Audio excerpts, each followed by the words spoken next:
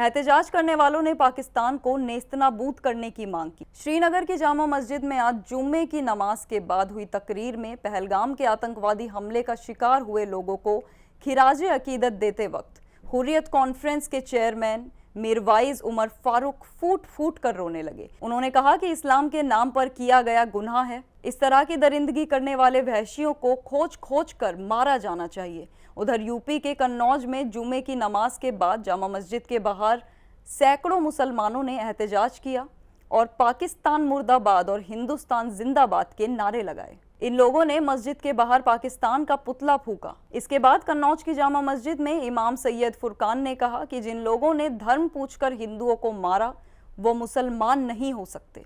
ऐसे दरिंदों को शरिया के मुताबिक सजा दी जानी चाहिए ताकि कोई भी मजहब का नाम लेकर इस तरह की हैवानियत करने की सोच भी ना आ सके। मध्य प्रदेश के दमोह में भी जुमे की नमाज के बाद पहलगाम हमले के विरोध में जुलूस निकाला गया।